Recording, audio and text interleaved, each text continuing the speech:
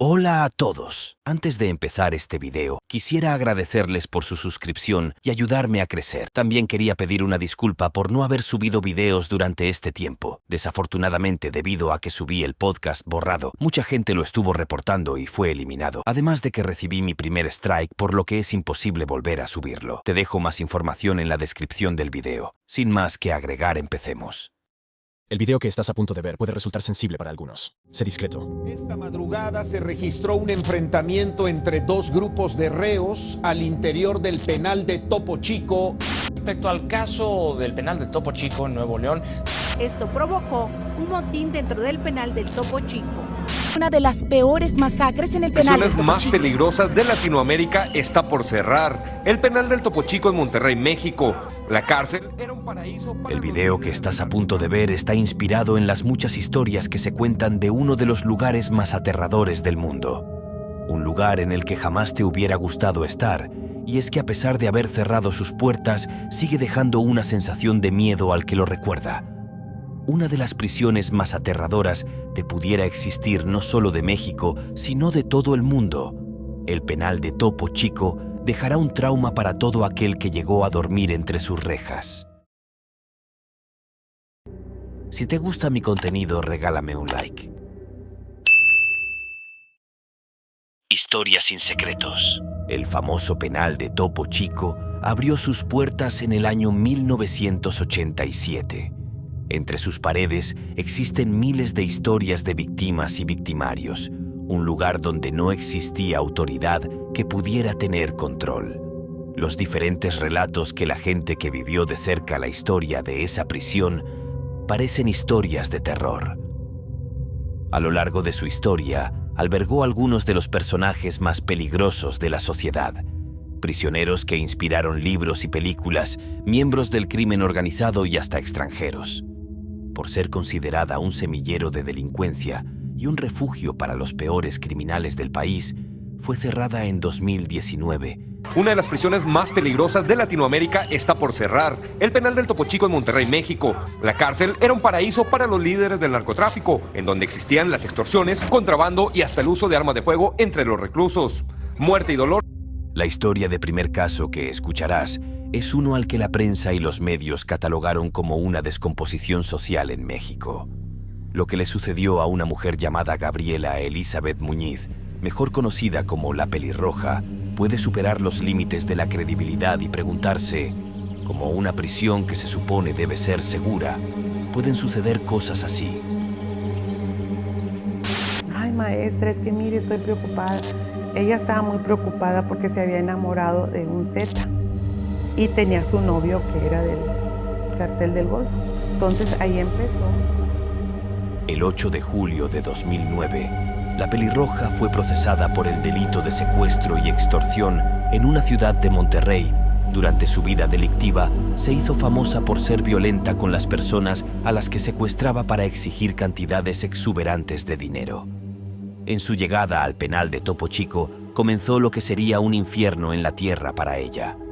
Un día, la Pelirroja, con signos de violencia, fue llevada al consultorio del penal, donde un doctor dio la orden de trasladarla a un hospital en la ciudad para revisar un hematoma en el estómago que según parecía muy grave. Sin embargo, 15 minutos después de abandonar el penal, un convoy armado interceptaría la unidad de traslado para llevarse a la mujer. Las autoridades anunciaron ese mismo día que se trataba de un rescate y que estaban moviendo unidades para localizar a los responsables. Sin embargo, como siempre, nadie fue capturado. Entre voces se contaba la historia de terror que vivió la Pelirroja antes de ser llevada al médico. Entonces ahí empezó todos los ataques de afuera hacia adentro. Porque entonces a la muchachita esta, ya cuando empezó todo adentro la secuestraron. Inclusive la celadora que ayudó a ella porque se la llevaron los Zetas a los enfermos de SIDA para que la golpearan. La muchacha. Pero en Monterrey hoy se despertaron con la espeluznante imagen de una mujer colgada de un puente que al parecer tiene una historia de crimen. Unos días después, por la mañana, sería reportado el cuerpo de una persona colgando en un puente. Los que madrugaron en Monterrey se toparon con una imagen que difícilmente borrarán de la memoria. Mientras salía el sol, la luz iba dando forma a un escalofriante asesinato. A la mujer la colgaron de un puente de Monterrey. Tenía el torso desnudo y mensajes pintados en el cuerpo. Se trataba de... Centro penitenciario que pretendía reformar hasta los criminales más peligrosos. Detrás de estos muros hay miles de historias de presos quienes cometieron hasta los crímenes más atroces. Una de las historias más famosas es la del doctor Alfredo Ballí Treviño, quien en 1959 asesinó a un joven pasante de medicina para después descuartizarlo. Entre los reos que se albergaron en el penal de Topo Chico, existen varios que quedaron en la memoria colectiva, personas que pasaron a la historia por lo perturbador y traumante de sus historias. Alfredo Ballí Treviño, un médico quien entonces tenía 28 años, fue recluido dentro del penal por desvivir a su pareja, un joven de 20 años. La pareja del doctor Ballí pensaba terminar su relación con Alfredo, pero este no lo permitió y gracias a su licencia de doctor, utilizó un anestésico muy potente para dormirlo. Como si se tratara de una historia de terror, Alfredo Ballí le cortó la garganta a su pareja mientras estaba inconsciente para que se desangrara y después procedió a descuartizarlo.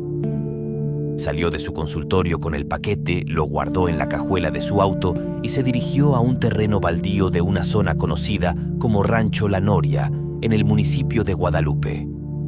Allí enterró la caja con los restos de su víctima, que unos días después hallaron las autoridades como prueba para detener a Ballí Treviño. Otro personaje recordado se trata de Diego Santoy. En la ciudad de Monterrey, en 2016, la vida de la familia Ceballos se vio alterada por un suceso trágico que dejó una marca indeleble en la memoria colectiva. 2 hermanos perdieron la vida en su propio hogar en circunstancias que aún hoy suscitan interrogantes. Diego Santoy Riverol se vio envuelto en el drama. ¿Por qué estás aquí, Diego? Es que sucedió algo muy horrible, la verdad. Es algo muy feo que viví, con lo que voy a tener que vivir el resto de mi vida. De aquel jueves 2 de marzo. Así es. Ayúdanos a saber qué pasó en esa casa el jueves 2 de marzo. Llegué a casa de Erika, estuve con ella en su cuarto, nos platicando. Se especula que un conflicto sentimental con Clara, la hija de una conocida conductora de Monterrey y hermana de los 2 pequeños, pudo haber sido el detonante de los eventos que llevaron a esta tragedia. Diego fue detenido rápidamente y enfrentó un juicio que captó la atención de la opinión pública. Fue condenado a 138 años de prisión por los asesinatos, aunque esta sentencia se redujo a 71 años en 2010 tras una apelación. A pesar de haberse resuelto el caso, todo parecía que Santoy había sido víctima de las circunstancias. Durante otro podcast de Gus Gris, un ex convicto que decía ser compañero de celda de Santoy contó una versión muy diferente a lo que las autoridades decían. No controlas tus emociones ni lo que puedas hacer. Y si ellos usaban pastillas, posiblemente que las pastillas te hacen a que eres Superman en ese momento. Y lo que platica él es de que se pusieron de acuerdo para matarse los dos. Que Erika le dijo, ok, ahorita vengo. Se va, regresa y este güey le corta el cuello a Erika, pero no se lo cortó muy profundo. Entonces, no lo supo hacer. O sea, pues yo me imagino que... Entonces, cuando le tocaba a él matarse, que está viendo a Erika abajo desangrada, que este güey se va al otro cuarto a querer agarrar una sábana para limpiarle la sangre a Erika, y ahí se da cuenta de los niños. Pero él dice que no. O sea que ella ya había remangado los... Otros reos famosos que se encontraban entre los muros del penal eran el exgobernador Rodrigo Medina de la Cruz, quien fue acusado por corrupción y desviar 3 millones de pesos al erario público, además de haber adjudicado contratos ilegales a una famosa compañía de automóviles. Medina solo estuvo 19 horas preso dentro del penal. Su influencia y poder adquisitivo logró que su estancia sea la más corta dentro de la historia de Topo Chico. Jesús, el Cabrito Arellano, quien fue acusado por presunto abuso sexual y a quien los internos pedían sacar de ahí o acabarían con su vida por tener una actitud déspota. También Andrés Puentes, el exesposo de la cantante Tatiana, quien fue acusado por abandono de familia y que también gracias a sus influencias gozó de una estancia con algunos privilegios. Una riña en el penal de Topo Chico en Monterrey dejó un saldo de 49 reos fallecidos y 12 lesionados, confirmaron autoridades de Nuevo León. Hasta el momento se han identificado 40 y de los 9 restantes, 5 están calcinados. El gobernador Jaime. Uno de los mayores problemas que tenía esta prisión era que albergaba a muchos integrantes de grupos del narcotráfico, pero los que más dominaban eran los de la última letra, que eran la mayoría de la población y controlaban casi todo el penal. Creo que no es necesario explicar quiénes son, por lo que omitiré ese detalle. Debido a esto eran comunes los motines y riñas dentro de la prisión, pero una de esas riñas destaca de entre todas de las que pudieron suceder. 30 horas del día de ayer se reportó un enfrentamiento entre internos del penal del Topo Chico. El conflicto partió de una disputa entre los grupos liderados por Jorge Iván Hernández Cantú, apodado El Credo, y Juan Pedro Salvador Saldívar. Mientras todos dormían, en la madrugada del 10 de febrero del 2016, un grupo de reos pertenecientes al cartel de la última letra peleaba por el control del penal. La violencia se desató a tal grado que nadie, ni siquiera los celadores o los demás poderes dentro de la prisión, hizo algo para detenerlos por el temor a las represalias, ya que eran amenazados con sus familiares. Durante la madrugada, los sicarios agruparon a un grupo de personas que pertenecían al cartel del Golfo, que en ese momento disputaban la plaza por todo el país. En el registro de muertos se tienen contabilizados 44, sin embargo hubo más gente afectada. Vecinos de los alrededores del penal no daban crédito a lo que sus ojos veían, fueron testigos de lo que se puede considerar una masacre. Según lo que decían las autoridades, el grupo comandado por Jorge Iván Hernández Cantú, conocido como El Credo, jefe de plaza de los Zetas, se lanzó contra Juan Pedro Saldívar Farías, el Z-27, quien era comandante del mismo cártel en el área de Nueva Ciudad Guerrero, Tamaulipas. No era un secreto que el gobierno, a pesar de saber que ambos grupos se odiaban, decidieron meterlos a todos en un mismo lugar. Las personas que presenciaron la riña mencionaron que uno a uno eran escoltados a la oscuridad mientras que se escuchaban las detonaciones de las armas. ¿Esos sí son tiros? Bates de béisbol, piedras, palos y cuchillos fueron utilizados para terminar con todos los enemigos del famoso grupo criminal. Mientras que en los campos de béisbol se llevaba un linchamiento masivo, por dentro se vivían momentos de terror mientras los miembros del cartel incendiaban las celdas de sus contras con todo ellos adentro. Sin deberla, personas ajenas al conflicto también resultaron afectadas, provocando así una de las peores masacres dentro de una prisión en la historia de México. A las afueras del penal, cientos de personas se aglomeraban para exigir justicia e información sobre sus familiares.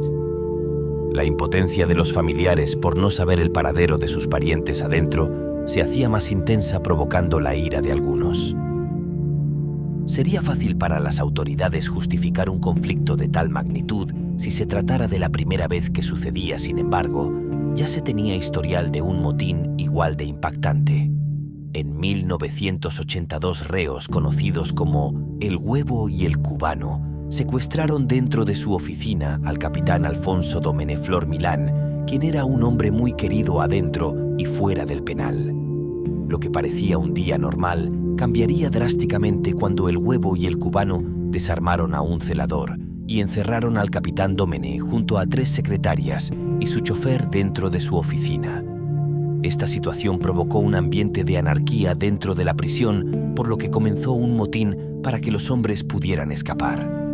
Los 2 reos exigían ropa nueva, dinero y un helicóptero para poder escapar rápidamente. Las autoridades lograron negociar con ellos y les ofrecieron un auto para que puedan huir a cambio de la libertad de todos los rehenes. Todo dio un giro drástico cuando, al preguntar por el capitán, los hombres confesaron haberlo asesinado desde el principio.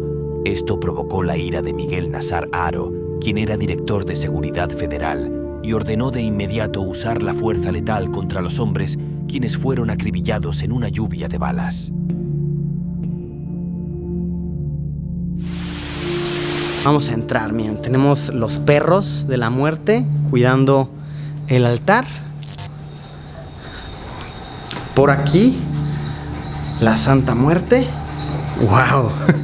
Está impresionante. Esto es adentro de una cárcel. Los prisioneros tenían muchísima libertad de hacer de todo. Tenemos aquí un trono y aquí donde se venían a hacer las ofrendas a la flaquita, como se le suele llamar. No es nada nuevo saber la relación entre el mundo criminal con la santería o la adoración a la Santa Muerte, y dentro del penal de Topo Chico no era la excepción. Dentro del penal existía un altar a la Santa Muerte exclusivo para los prisioneros. Una enorme figura que era venerada todos los días para pedir protección y poder se podía ver a primera vista al visitar aquel lugar. Como un secreto a voces, se decía que personas del exterior del penal y hasta los propios reclusos eran privadas de su libertad para ser utilizadas como sacrificio en rituales para venerar a la muerte. De entre todos los rumores, aunque para todos era verdad, se trataba de un pequeño cofre al pie de la figura que contenía un corazón humano cubierto de ceniza como ofrenda. Que conjugaba la santería de la religión de origen africano, denominada Yoruba, con la Santa Muerte. El altar a el Z3, fallecido el 7 de octubre de 2012 en Progreso, Coahuila, abarcaba toda la cancha techada junto al rondín número 5 de la penitenciaría. La historia de una de las prisiones más aterradoras del país terminó en el año 2016, dejándonos muchos rumores que terminaron siendo ciertos, como el rancho que era la comida asquerosa que les servían a los internos, el famoso Uber, que era el nombre que se le daba a la forma de ingresar gente del exterior hacia el penal, los cientos de cuerpos que se encuentran enterrados en el campo de béisbol, restos humanos entre las paredes de la prisión, los diferentes relatos de internas que eran llevadas a la fuerza ante los líderes criminales que controlaban la prisión, o la fuga del comandante Araña para que no sea eliminado por su propio grupo. No cabe duda que el haber estado ahí generó un trauma para aquellas personas que lo vivieron en carne propia. Antes de terminar con el video, te quiero dejar con algunos clips que pude encontrar sobre el testimonio de hasta ahora el más famoso entrevistado del podcast de Doble G, el ex escolta de uno de los hombres más poderosos dentro del penal. Él decidía quién sí, quién no. Pero si eran más pasados de verga en el Topo. Sí, güey. Por lo que cuenta que el amigo. Yo creo que sí, porque este vato no estaba ahí, güey. Hacían y deshacían, pues les valía verga ya enguilados. Pero pues por eso este vato también luego los mandaba a matar, güey. Ya ves cuántos mandó que colgaron a la verga en el Topo y los picaban y la verga. O luego ya hasta los sacaba a la calle, ya ves la morra esta que mandó matar. La sacaban para la calle a la pinche ruca esa del CDG, también la pelirroja. ¿La pelirroja? Simón. Esa ruca estaba ahí en el Topo. Y según esto la diagnosticaron enferma y este hombre controló todo y la sacaron al hospital porque según iba de urgencia. Y ahí mero afuera del Topo la rafaguearon a la verga. Creo que la colgaron de un puente y le pusieron ahí el nombre de su vato que también era contra.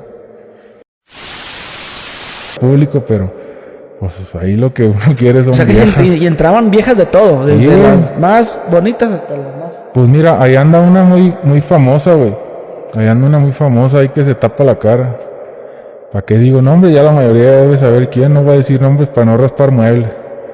Pero pues... O sea, ¿ahí ya qué? Pues ahí entraba con aquel hombre. ¿Con la araña? Simón, sí. ¿Te llevabas bien con él? Sí, güey. Sí, bien mamalón, ahí te enseñé unas fotos que tengo con él. Bien mamalón con el vato, la neta. ¿Debemos ponerlos? Ah, nomás le tapamos la cara a todos. Sí, bien mamalón. Pero él ya perdió la vida, ¿no? Sí, ya murió, güey. ¿Hace cuánto? Paz descanse, mi carnal. Pues, cuando se fugaron ellos, sin decir fechas, cuando se fugaron ellos, como a los 6 meses, 8 meses, güey. Entonces este vato de la araña, güey, el vato se mató solo, güey. O sea, él se mató solo. Él solo se mató, güey. El vato de repente estaban así hablando y le dijo, mira, mijo, yo te voy a decir una cosa, mijo. Yo sé que estos putos me quieren matar a la verga porque no me dejo y nunca me voy a dejar a la verga.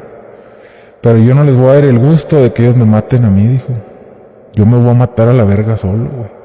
Porque yo sí tengo huevo. Y sacó su pinche corta, güey, cortó y se la metió en el hocico y se mató a la verga. Si mi video te gustó o te pareció interesante, regálame un like y suscríbete. Compártelo con más gente interesada en estos temas. Eso me ayudaría mucho. Te ha hablado Dominic de Historias sin Secretos. Hasta luego.